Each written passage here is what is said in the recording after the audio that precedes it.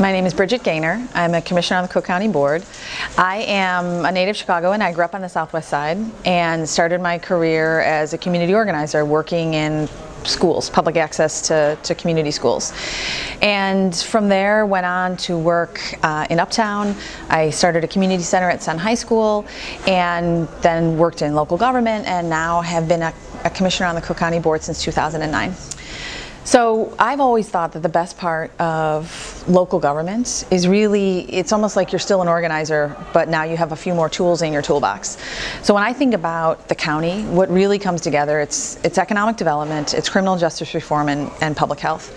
And so when I think about my priorities, my top priorities, they're the continuation of some of the work that I've already started. So I created the Cook County Land Bank as a response to the foreclosure crisis. So this community and this city was going through tremendous upheaval because houses were vacant and they weren't going back on the market. And we came up with a system, the Cook County Land Bank, after 2 years of organizing, that created an opportunity to do the most important thing you can do in a neighborhood, is make sure that there's families living in these houses. So 4 years into the effort, we've now had 200 homes that have been rehabbed by local developers, and now they have families living in them. Continuing to grow the land bank, moving into commercial and industrial, and expanding our base of small developers. One of the unique things about us is all the work that we've done has been with small developers, most of whom are African American or Latino. Growing that base, training new people in to grow their own wealth creation is, to me, my #1 priority.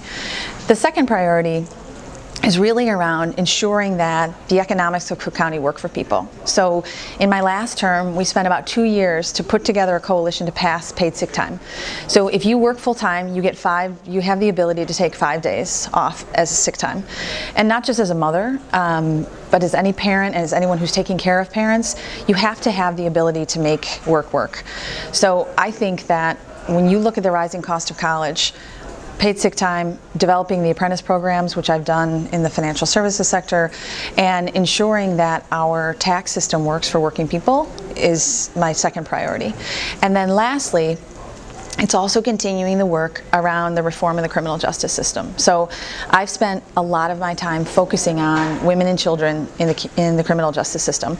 I started an advisory board for the Juvenile Detention Center, which for years had been under federal consent decree, because ensuring that the most vulnerable people who end up in our county jail and the juvenile detention center have a way out, because we're never going to have a safe and stable society unless that process is fair.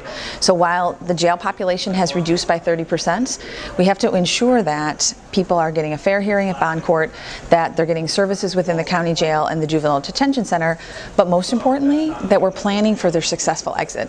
Because whether it's day reporting or I-bonds or furlough days, or for the juvenile detention center, whether it's ensuring that they actually go back to a school and are accepted into a school, those are the things that I think are going to make the county the wonderful place that we want it to be.